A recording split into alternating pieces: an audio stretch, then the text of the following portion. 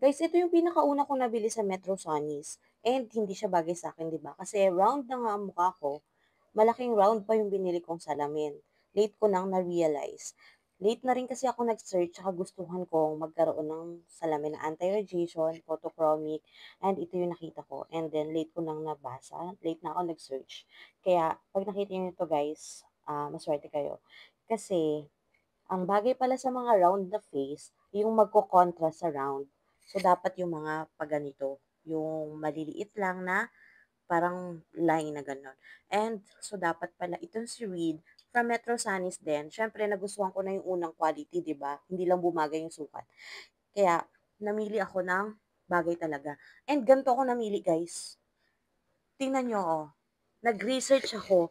Metro Sanis. Lahat ng kanilang mga eyewear, sinulat ko dyan. At sinulat ko yung sizes. Yung lens, bridge, temple.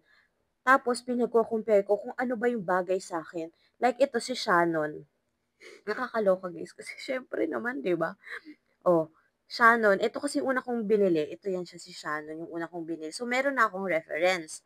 Ngayon, ito si Shannon, 57 yung lens. Tapos 18 yung bridge, 150 yung temple.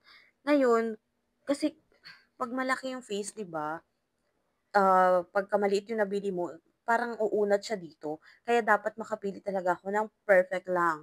Kaya napaka-research talaga ako nito. Kaya kung may question kayo guys, magtanong na kayo dito at sasagutin ko 'yan at meron akong mga listahan ng mga, ah, eyewear ng Metro Sonys. Kakaloka, 'di ba? Inisa-isa ko 'yan.